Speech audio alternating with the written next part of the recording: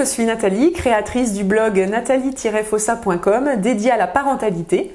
Je suis la créatrice de la formation Bien grandir 0-3 ans et aujourd'hui, j'ai la chance d'accueillir le docteur Laurent Vinikoff, neurochirurgien qui a aussi exercé dans la neurochirurgie pédiatrique, donc auprès des enfants.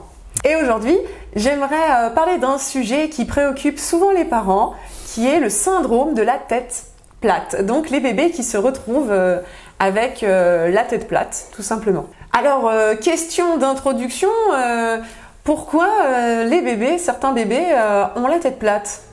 Bonne question. D'abord, avant de répondre à la question, il faut dire que ça concerne 20% des nourrissons. D'accord. Ce qui est quand même pas négligeable. Et que qu'on suit l'évolution de ces malformations et qu'on revoit tous ces enfants à 18 mois, on va dire, à l'âge de 18 mois, il n'y a plus que 3,3% des enfants qui en sont infectés. D'accord. Donc ça veut dire que c'est déjà une évolution spontanée favorable. D'accord. Donc généralement, ce syndrome de la tête plate, les parents ils peuvent l'observer à quel âge? Très rapidement, pas dès la naissance. Il y a quelques cas, mais en général c'est quelques jours ou quelques semaines après la naissance. D'accord. Alors elle est due à quoi? Il y a deux types de plagiocéphalie. Alors la plus fréquente, qu'on voit le plus fréquemment en consultation, c'est la fameuse plagiocéphalie positionnelle. Donc comme son nom l'indique, elle est due à une malposition de la tête contre le matelas du lit. Oui, ou les landaux, les transats. En gros, c'est l'appui trop continu. C'est-à-dire que l'enfant a sur la tête tournée du même côté, et comme le crâne de l'enfant est un crâne, c'est mou, d'accord, parce qu'il faut qu'il soit mou pour ensuite qu'il puisse progresser, augmenter de volume grâce à la poussée du cerveau. Et bien par gravité, le crâne va se déformer autour de ce point d'appui qui va donc constituer une déformation de l'arrière-crâne, le plus souvent du côté droit. La région pariéto-occipitale, donc cette région-là, et ce qui va entraîner donc une asymétrie crânienne plus ou moins prononcée. Donc on peut avoir des formes assez frustres, moyennes, modérées. Qu'est-ce que tu entends par frustre? Il faut la comparer à des formes très sévères, où on a vraiment une déviation, non seulement on a une déformation de l'arrière-crâne, mais également on a une déviation de l'axe des oreilles. Et donc, ça entraîne une véritable scoliose de la face, et avec des troubles de l'articulé dentaire plus tard. Là, c'est quand même plus grave, alors. Oui, alors c'est plus important. Oui, ce sont des déformations qui sont impressionnantes, parfois. D'accord. Donc, je suppose qu'on peut prendre des mesures de prévention pour justement éviter ce syndrome lorsqu'il est lié à une mauvaise position. Je pense notamment au portage qui permet que l'enfant soit porté contre le parent et donc il n'est pas en appui contre un support, comme dans un transat, par exemple. Ou dans une poussette. Oui, tout à fait. En fait, pour comprendre la plagiocéphalie, il faut voir quelle est l'évolution de la tonicité de l'enfant en fonction de l'âge. Au départ, l'enfant, il est comme ça, en position de défense, parce que son cerveau n'est pas mature, et c'est surtout la moelle épinière qui entraîne cette réflexion en triple retrait et cette attitude presque de défense. Ça vient des âges très anciens. Ça, c'est la première chose. Et au fur et à mesure du temps, le tonus axial va commencer par la tête, va se transmettre ensuite au niveau du tronc, et ensuite va permettre l'acquisition, la position debout et station debout et la marche. Oui, parce que c'est à partir de 2 mois que l'enfant est capable de commencer à tenir sa tête et d'avoir un tonus justement au niveau du cou. Alors déjà à la naissance, il peut un peu tenir sa tête. Quand on examine l'enfant, il doit avoir cette capacité de tenir la tête quelques secondes. Après, la tête repart dans l'autre sens. Et c'est vrai qu'à 3 mois, normalement, l'enfant doit avoir un tonus au niveau de l'axe crânien. Ensuite, à 6 mois, il doit pouvoir... c'est des chiffres... Des moyennes. C'est des moyennes, on va dire. Voilà. Faut pas regarder la montre, il est 6 mois. Il faut absolument qu'il tienne assis. Bon, en gros, c'est 6 mois, il tient assis. Et entre 12 et 18 mois, il commence à marcher. Oui. Donc, on comprend bien qu'entre 0 et 3 mois, il va rester la plupart du temps allongé. Sauf, évidemment, et là, on en vient à la prévention, si on le porte, on fait du portage, en effet. Et également, on sait que le fait de donner un biberon à l'enfant, ça favorise ce genre de malformation. Ah. Ouais. Donner le sein, c'est mieux, parce qu'on peut changer de sein, évidemment. Ah oui, donc la tête n'est pas du même côté. Elle n'est pas du même côté, et l'enfant a plus de centre d'intérêt. En fait, ce qu'il faut absolument faire, c'est stimuler la curiosité naturelle de l'enfant qui va regarder, qui va explorer son environnement, même si au départ il ne voit pas très bien, il n'entend pas bien, mais bon, il est attiré par des lumières, des sons, et il va naturellement porter son attention vers là où provient les stimuli auditifs ou visuels. Ça, c'est la première chose. La deuxième chose, il est important également de traiter cette affection de manière positionnelle, parce que c'est un problème positionnel. Et donc, il faut essayer de tenter, lorsqu'il est en éveil, hein, pas quand il dort, mais de le mettre sur le ventre. Oui, d'ailleurs, c'est conseillé même dès la naissance de passer quelques minutes par jour au début sur le ventre pour qu'il s'entraîne il va à redresser spontanément se redresser. Et ça, c'est un excellent exercice pour lui permettre de développer le tonus axial et d'éviter qu'il pose sur la tête du même côté. Mais il y a une autre affection qui peut... Et du coup, je rebondis là-dessus. Ça me fait tout à fait penser à ce que je développe d'ailleurs notamment dans la formation. Sur en fait la motricité libre, plus l'enfant va être sans contrainte physique au niveau d'une position ou attaché, et plus il va justement être apte à bouger sa tête, et donc finalement on va prévenir ce syndrome. C'est ça, c'est-à-dire qu'il faut effectivement favoriser la motricité spontanée, volontaire, autant que se peut, toujours en prenant en compte le schéma de développement du tonus axial. Et puis, bon, il y a aussi un autre souci, une autre affection qui peut entraîner ce type de déformation, c'est le torticolis. Alors, il y a le torticolis congénital ou secondaire à une autre affection, ou RL. Congénital, c'est-à-dire ça vous a un raccourcissement du muscle sternocléido-mésoïdien, c'est son nom, c'est le muscle rotateur de la tête. Il y en a qui est un peu plus court que l'autre, donc ça c'est congénital, et donc forcément l'enfant il va être comme ça. Et donc si vous l'entraînez pas à mettre la tête de l'autre côté, il sera toujours dans cette position.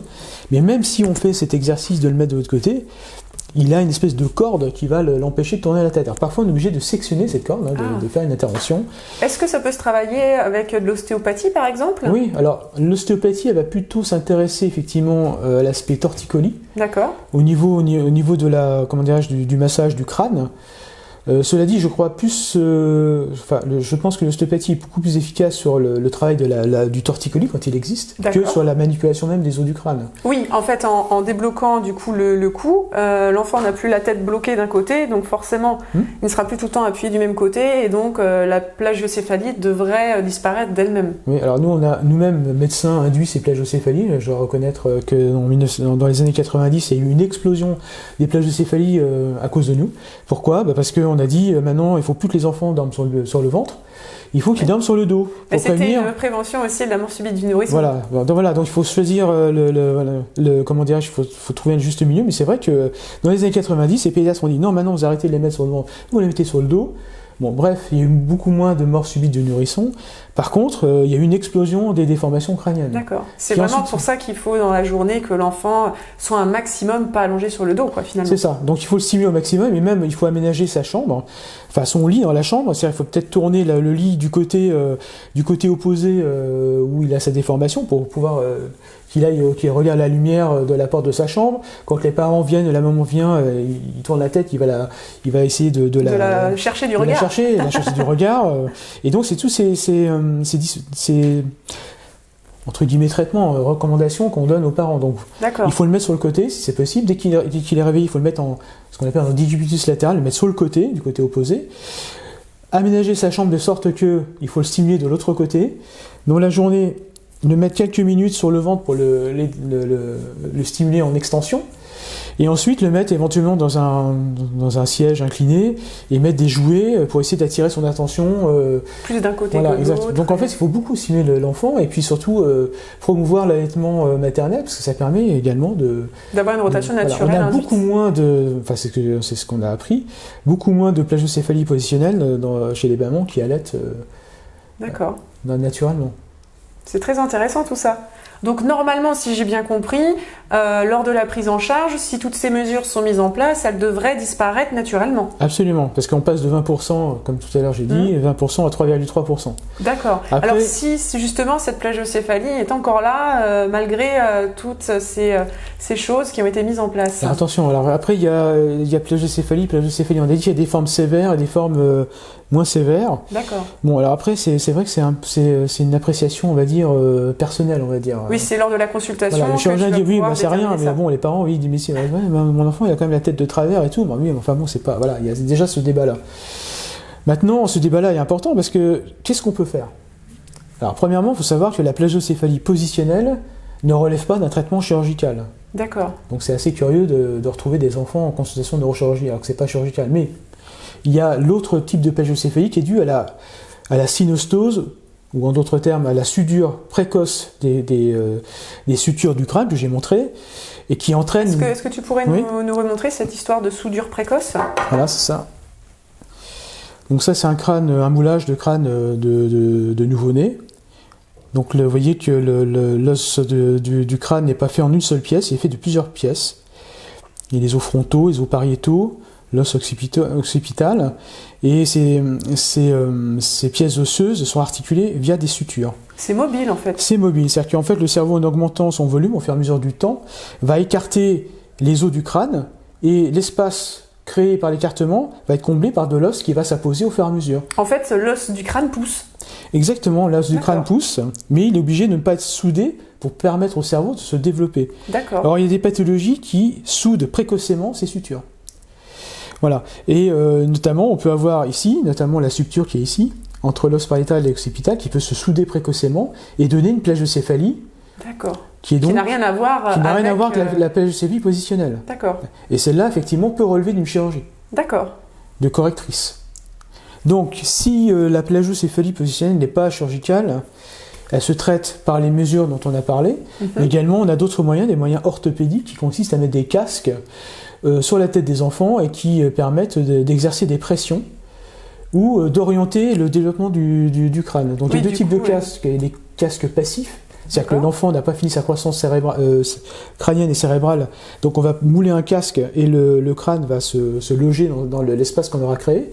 Et on va lui donner une forme en forçant en fait les os à prendre une certaine, à prendre une certaine forme. On va utiliser la motricité, enfin la puissance de développement du cerveau. C'est le cerveau qui est le moteur qui modèle en fait la forme du crâne. Mais on va l'aider avec un cadre. À pousser plus vers un coffrage, côté. On va dire, voilà, pour le pousser plus d'un côté que de l'autre. D'accord. Et après, quand la cinétique de croissance du cerveau diminue, on utilise plutôt des méthodes orthopédiques actives, ce sont des appuis avec des vérins, on va pousser au fur et à mesure pour essayer de rectifier, comme quand on déplace les dents en orthodontie. D'accord. On va essayer de pousser les os du crâne d'une certaine direction pour essayer de redonner un bon galbe au crâne. Très bien. Et du coup, pour les plagiocéphalies positionnelles qui n'auraient pas disparu, qu'est-ce qu'on fait ou pas ou... Rien, comme je dis, on les opère pas, ça sert pas à grand chose. C'est juste en fait esthétique au final. Voilà, c'est esthétique. Alors on peut avoir des complications, on peut avoir des troubles de l'articulé dentaire, des scolioses, on peut avoir des troubles un retard du langage, etc., à cause des problèmes d'articulé, etc. Mais ça s'observe plutôt dans les plagiocéphalies dites sévères, où il y a une grosse déformation. Vraiment, le crâne est très aplati, les oreilles sont décalées comme ça. Et effectivement, là, il faut plutôt un traitement vigoureux orthopédique pour essayer de récupérer cette déformation. Et surtout prévenir les complications qu'on peut avoir. Mais c'est une affection qui est en très grande majorité bénigne et qui n'entraîne aucun trouble neurologique, aucun trouble du développement, sauf pour les formes sévères, on peut effectivement avoir des problèmes tels que je viens de décrire. D'accord. Merci beaucoup pour cet éclairage qui était passionnant. Si vous souhaitez en apprendre davantage sur la parentalité, vous pouvez retrouver mon blog nataliefossa.com, sur mes réseaux sociaux aussi, et on se retrouve dans une prochaine vidéo.